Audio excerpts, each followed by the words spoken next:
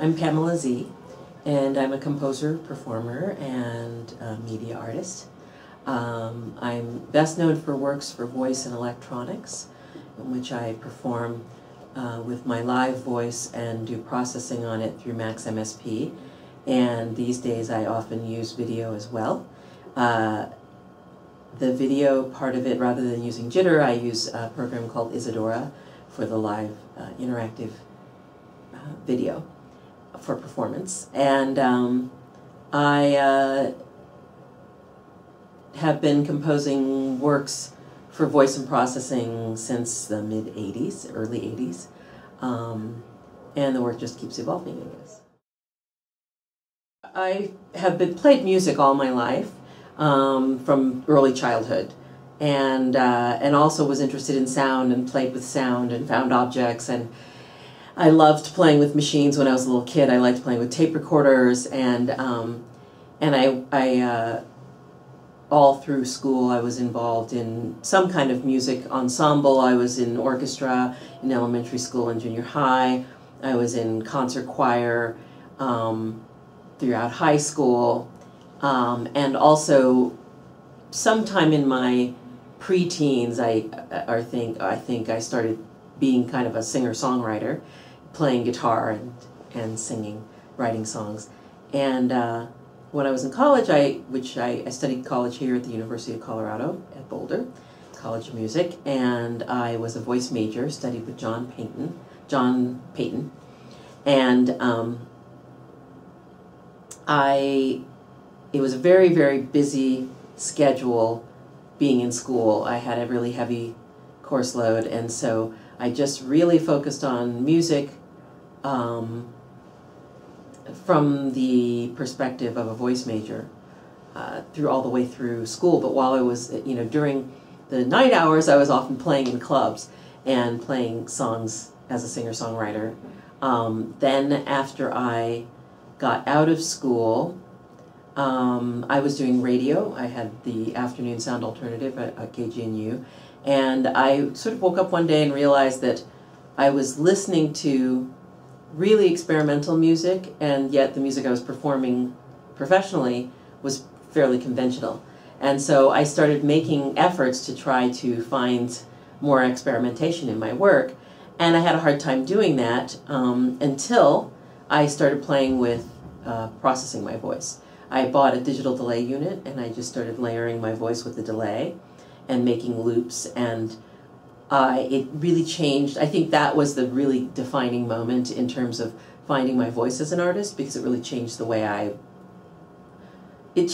listened, and it changed the way I composed, because I started thinking about texture, and I started thinking about repetition, and I started finding also the musicality that's embedded in the human speaking voice. So I started playing with text a lot more, and varying my vocal techniques. And I think also the fact that I had this processor, which most people thought of as an effect at that time, but I thought of it as an instrument, that allowed me to create layers so that it freed me up to work over the top of all these other layers that I was creating. And so I started making a lot more layered compositions, and also I started getting a lot more abstract, I think, in the way that I thought about sound. I started working with Pro Tools way back in the days when there was still a program called Sound Designer, and you had to have Pro Tools for the multi-channel editing, multi-track editing, and Sound Designer for editing linear, like stereo files. And you could do this kind of region editing, which was something kind of fantastic that DigiDesign came up with, where you could take your piece of tape, as it were, and you could start naming little fragments of it as regions. I think most people didn't do that. They would just use it because they were recording a rock song, and they would go, this is verse 1, and they'd make a region or whatever. But I immediately, of course, started going, here's half of a syllable of a word, and I'm going to call it he, or whatever. And then you name them, and then you had this playlist, this little bin, not playlist, but a bin full of all these, now they call them clips. They sort of pick that up from the film world, but these regions. And so I just started making text pieces where I'd take long pieces of spoken word and I'd just find like a million regions that I loved, and then I just started sculpting them and making layers in all the different tracks in Pro Tools. And I built a lot of radio pieces and sort of fixed media sound pieces that way. But at some point, I started to combine that with the composition that I was doing for my own performance and also for commissioned works that I'd gotten from chamber ensembles, where I started orchestrating what they were playing around these text collages that I built. So I had this rack of delays and all this hardware to control it with, and then I started moving things into Max MSP, and I gradually moved from having a rack of delays and foot switches that were attached to the delays to having everything in Max. And I wanted to be able to seamlessly continue to have basically the same instrument. So I went to Donald and I said, can you make me, well, first I tried buying stuff, and I bought this foot pedal pad that some company made, and it was steel and it weighed a ton, and the buttons were wonky so that you hit it with your toe and sometimes it does it and sometimes it doesn't. And then I bought a thing called a Fader Master, which again, it had like a metal chassis, and it had all of this programmability that I didn't need, because all I wanted was just send numbers into Max. And instead I had all these buttons where I could assign things and do programming in the device, which I would accidentally hit in the middle of a performance, and suddenly my fader wasn't doing what it was doing before. And I just really hated all of this factory-made hardware. So I just went to Donald, because he was building himself these beautiful controllers and interfaces, and he was working in really advanced ways with sensors, light sensors and all kinds of different sensors. And I said, can you make me just a fader that's just 6 or 8 faders that just send numbers to Max and don't do anything else? The most recent one that I've gotten from him is this little, it's a gesture controller, and it uses ultrasound. And I've been using that lately for doing all the gesture control for either playing samples or changing the processing on my voice or whatever I feel like doing with gesture. I still have, but don't use it as often, an instrument called the Body Synth, which was made not by Donald, but by these guys, Ed Severinghouse and Chris Van Raalte. And this instrument uses ultrasound. So I'm wearing actual sensors, not ultrasounds, I'm sorry. The Body Synth uses electrode sensors, like medical equipment. Actually, all of it's medical equipment. The ultrasound is too. But the electrode sensors are like what they do your EKG or whatever in the hospital. So you put these little electrodes against your skin anywhere you want them. So I usually wear one on each arm, one on my shoulder, one on my leg, and then the effort from the muscle sends a MIDI signal. But the thing that Donald built is this very, very elegant little simple thing. It just has ultrasound on both sides, so I can play it in the manner of playing a theremin. And so, but yeah, and then he's got a ton of other little controllers as well. He also built me a light controller at one time, and the light controller and the ultrasound controller are both things that he already had built, and then I got him to make me one because I liked them. But the faders and the foot switches are things that I almost sort of like compelled him to design for me to replace my old stuff. So I would say it's funny because I've been doing a lot of visual art lately. I've been having actually some exhibitions in galleries, and I've had a couple of people say to me, "Oh my God, are you switching your art form? Are you moving to visual art?" And the fact is, I'm not moving anywhere or switching to anything. It's more that my practice has expanded, because I think I'll always work with sound and I'll always be a performer. But I love it, somebody's whistling in the phone. I guess my installation work started with the fact that in the 90s I was making a lot of sound, like fixed media sound pieces. And I was commissioned to make some of those by a radio organization called New American Radio, and they made these little half-hour segments that were like radio art. And so I was commissioned to make a couple different pieces for them. And then I started making more of those because I enjoyed them so much, and this is I think that's also what probably fed into my sort of collaging text and things like that in Pro Tools, is this making these radio pieces. But I started getting asked by galleries if they could show these works in sound exhibitions. And at one point, Stephen Vitiello curated a show for the Whitney that was all sound art, and he selected one of my fixed media pieces. He selected a piece I made in 95 called Geek Speak. And so that ended up being at the Whitney, and from that I started getting more curators saying, oh, we want a piece in your show. So sometimes they would ask me for something that already exists, and other times they would ask me to make something new for a show. And so I just started making a lot more of the sound work. And in the meantime, I've always loved visual things and found objects, and that it gets incorporated into my performance work a lot already. And so I started making installations that involved objects. For example, I made an installation related to a performance work I did called Parts of Speech, which actually was born out of a sound piece I did for New American Radio called Parts of Speech. But I made an installation that involved all these little cloth-bound grammars.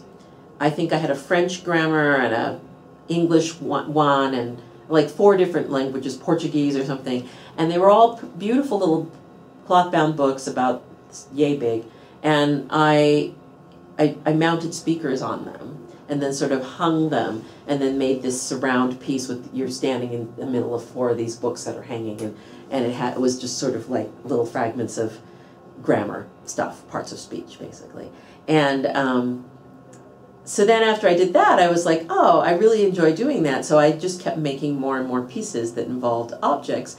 And before I knew it, it just became like an extension of my performance and composing practice. And so Baggage Allowance is just the latest. Actually, it's not the latest. I started a new one now called Memory Trace, which is all about memory. But the most recent sort of really complete one that I did is Baggage Allowance, and that one involved, the installation part of it involved 7 media pieces, most of which involved a combination of sound and video and embedded into objects. So I really dislike describing my work or anybody else's work by comparing it to another artist's work, because I hate somebody to have their entree into somebody's work through the lens of comparing it to someone else's work. But if I'm talking to somebody who I feel has absolutely no reference for what it is I do, I'll try to think of artists that they may have heard of that have some relationship to the way I work. But otherwise, I'd rather just describe the work. Tell people that sonically I like to work with layers a lot, that I like repetition, that voice plays a big part in my work, that I really like abstract things but can't help myself and oftentimes end up congealing a work around some literal concept, but then I try to sort of subvert that concept. So if I'm talking about baggage, I try to extend the meaning of baggage as much as I can and abstract the meaning of baggage as much as I can. But, there's that, and that I also really like, I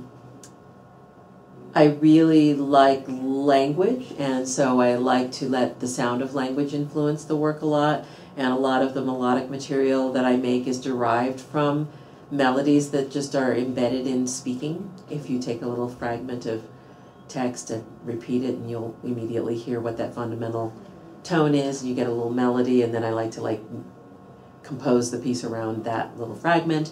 And so those are, and then I tell people I like to use, for percussion, I often like to use found objects, because I enjoy them because their sound is something that is not like a conventional percussion sound, but also that there's some kind of interesting thing that gets added to the performance by seeing some object out of its normal context.